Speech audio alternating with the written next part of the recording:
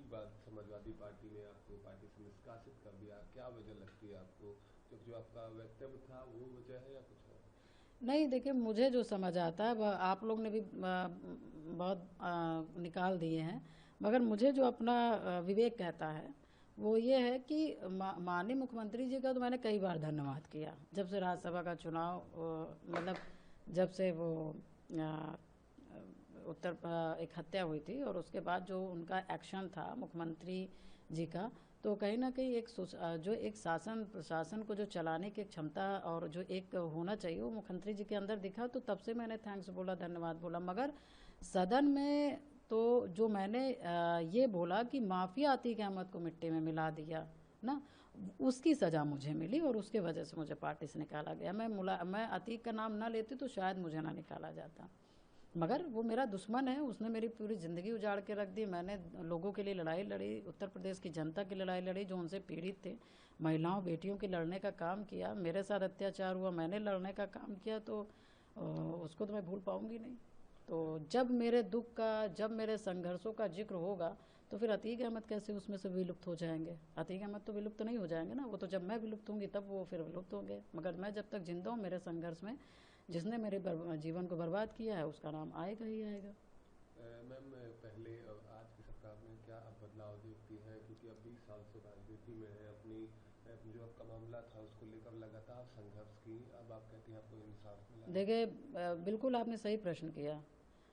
पहले की सरकार में अब की सरकार में इतना अंतर है कि उत्तर प्रदेश में एक विधायक की हत्या होती है और वो विधायक की हत्या होती है और उसके बाद उस विधायक की डेड बॉडी नहीं मिलती है। एक विधायक की डेड बॉडी को जला दी जाती है, फेंक दी जाती है। पता नहीं, ये लोकतंत्र की व्यवस्था आप देखिए कि उसके बाद फिर डेड बॉडी जला दी जाती है। उनकी माँ, उसकी पत्नी दिन रात गली गली घूम रहे हैं, शासन प्रशासन अधिकारी के दरवाजे खटखटा रहे हैं। उसके बाद भी मतलब कि दर्शन के, अंतिम दर्शन करने का भी एक मौका नहीं दिया जा रहा है।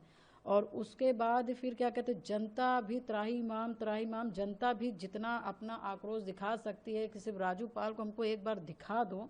उसके जनता ने जो मतलब छोटे छोटे बच्चों के ऊपर लाठीचार्ज हुए, मारे गए, उनके आँख फूट गए, हाथ टूट गए, कई कई लोगों को, कई कई लड़कों के ऊपर गोली चला दी गई, वो ऑन द स्पॉट मर गए, मतलब ख़त्म हो गए, ट्रेनें रोक दी गई। जो भी जनता के जो भी आया, मतलब एक हाहाकार हो गया। उसके बावजूद भी एक विधायक की हत्या होने के बावजूद भी मतलब कि जनता हाहाकार कर रही, उसके बावजूद भी मारने वाले के घर से एक को भी इनकाउंटर नहीं करते हैं और एक को भी सजा नहीं मिलता है। और हत्या के 18 मतलब हत्या के इतने साल, 17-18 साल होने के बावजूद भी कुछ नहीं होता है। ये पहले की सरकार थी।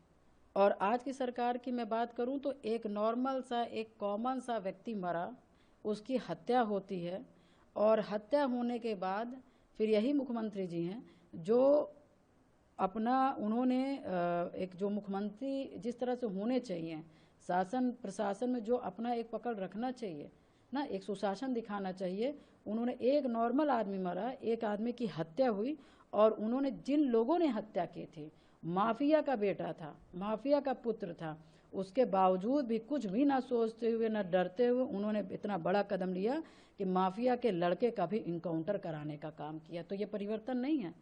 मैं मानती हूँ कि ये बहुत बड़ा परिवर्तन है। पहले की सरकारों में विधायक हत्या हो जाती थी तब एक्शन नहीं लिया जा सकता था।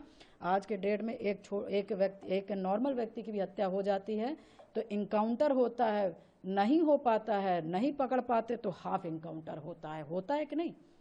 और क्योंकि आप जिसने हत्या की, जिसने गोलियां चलाई, जिन्होंने मर्डर किया, उनको आप सजा नहीं दे पाएंगे तो कहीं ना कहीं उनका जब वह बल है, उनका जो मनोबल है वो बढ़ता है। वो एक कांड करने के बाद दूसरा कांड, दूसरा कांड करने के बाद तीसरा कांड, क्योंकि उस कांड में वो सफल होते जाते हैं।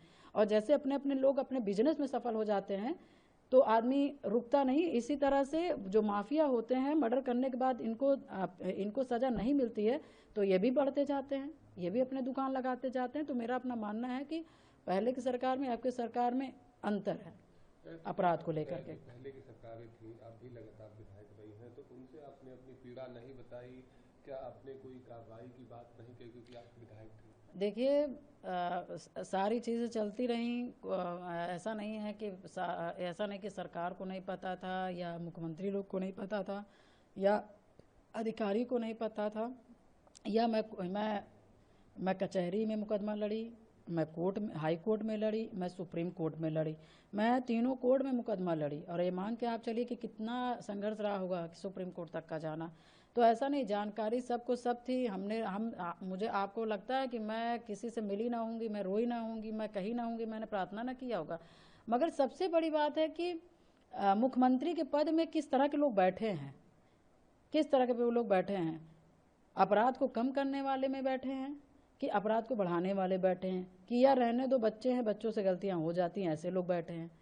तो मैं बस यही कहना चाहूँगी कि ये अपने अपने विवेक के ऊपर होता है कि अपने उत्तर प्रदेश को चलाना कैसे है। एक स्वच्छ शासन देना है, स्वच्छ प्रशासन देना है, कि आपको बस राजनीति करनी है।